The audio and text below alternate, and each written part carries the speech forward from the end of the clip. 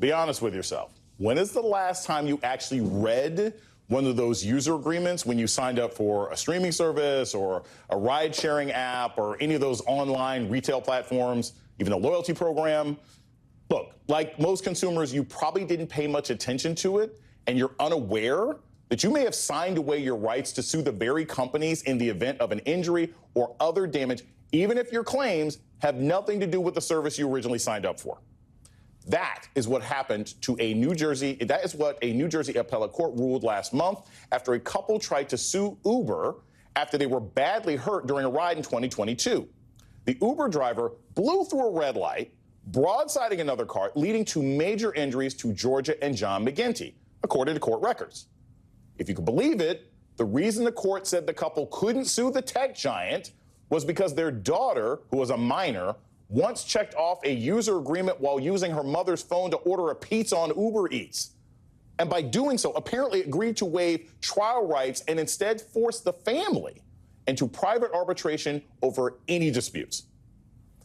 This may sound crazy, but these arbitration agreements are actually quite common, and more companies are adding it to the very agreements that you all have likely clicked on many times and approved without reading, which means you may have voluntarily waived your Seventh Amendment right to a jury trial. I'm joined now by David Horton, Martin Luther King Jr. law professor at the University of California, Davis. David, thank you so much for this. This is horrifying. And I want you to sort of explain where this comes from. How have companies sort of moved into this place of you're signing away all of your rights just because you want to have a sandwich delivered? Is this something that is sort of a new sort of insurance trick over the last 5 to 10 years? Is this driven by economic needs? Where has this sort of new trap come from for consumers? Oh, thank you so much for having me.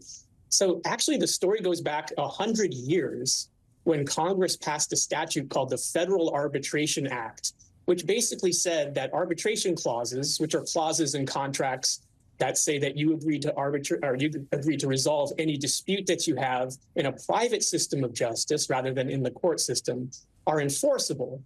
And about 40 years ago, big companies began to realize that they could put these arbitration clauses into the fine print of their contracts with consumers and employees. And, this was very controversial for many years. But in about the last 10 years, things have kind of kicked up a notch.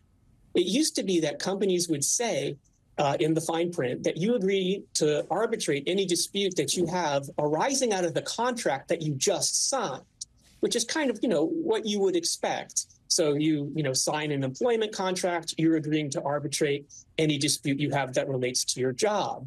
Mm-hmm. But more recently, companies are using what I call infinite arbitration clauses, which, like as you said, say that you agree to arbitrate not just any dispute that you happen to have that relates to the contract that you just signed, but any dispute that you will ever have against the company.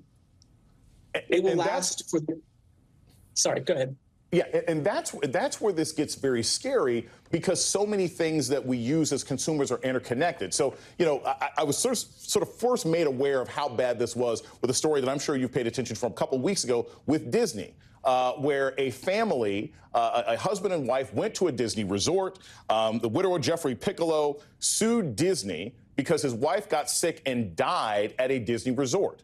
But because they had signed up for Disney Plus 4 years earlier, signing up for Disney Plus, they had signed an agreement that said you have to go into arbitration instead of suing. Now, Disney has since backed off because they got such bad press. But David, explain also to the audience, why does a company want you to go into arbitration instead of going to a jury trial? What's their incentive in forcing you into a room with arbitrators instead of talking to a jury about how you were taken advantage of? So it's pretty commonly believed that individuals suing companies do worse in arbitration than they do in the court system.